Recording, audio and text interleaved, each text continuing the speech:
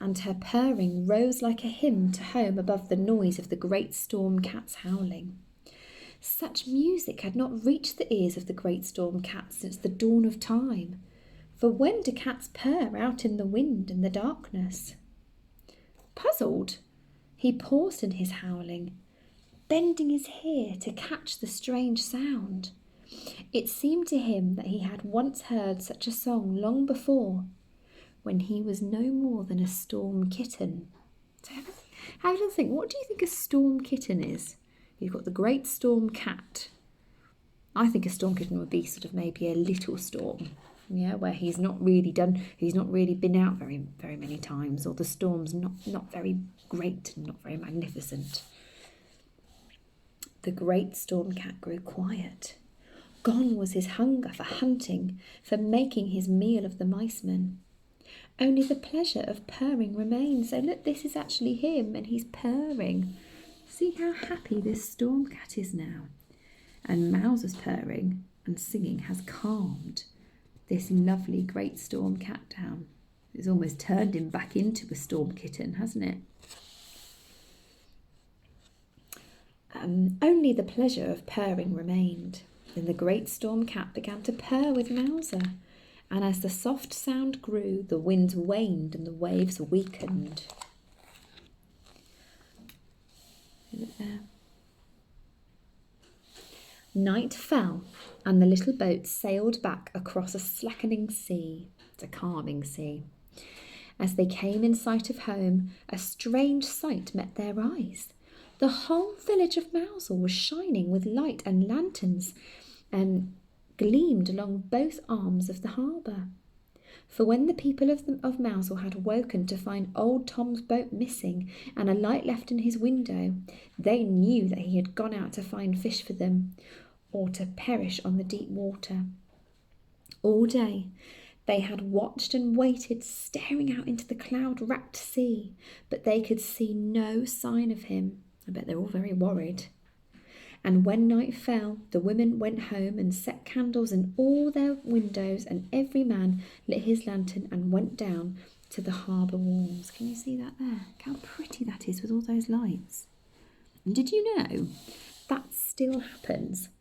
They start on the 17th, and the 23rd of December is sort of the anniversary of this story. And they have stargazy pie, and everybody lights some special lights in Mousehole on the 23rd of December. You should ask your mummies and daddies to go for Christmas, because it's really cool. Now look at this lovely picture here.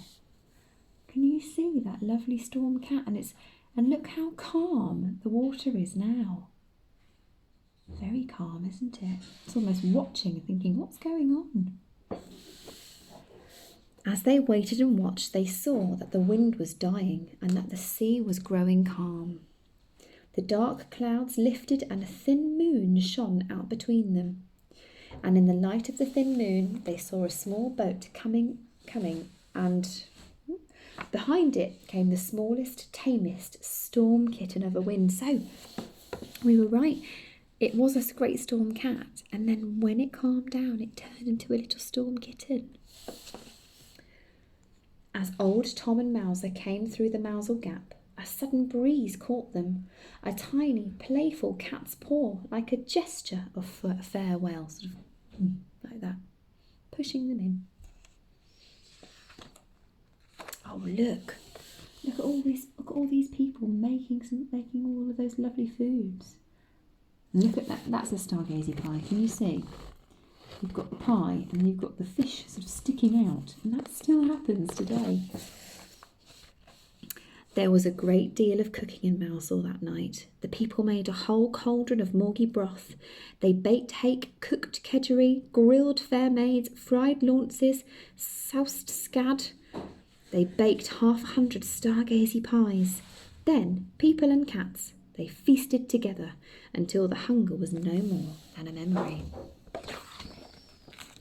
And every year, this is what I was talking about earlier, every year since that day, at the inn on the quayside, it's called the Ship Inn, the people of Mousehole hold a fish feast on the night before Christmas Eve, the 23rd of December, and raise their glasses to the memory of old Tom. And every year in the yard at the back of the inn, the cats of Mousehole gather and raise a great howling to the memory of old Mouser. And every year, folk come from all over Cornwall at Christmas time to see Mousehole lit up with 1,000 lights, shining their message of hope and a safe haven to all those who pass in peril of the sea. There we go, the end. Now, I want you to just have a little think about the story. Do you like it? Do you not like it? Who's your favourite character?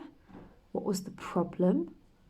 And how did Mouser sort the problem? What was the resolution of the story?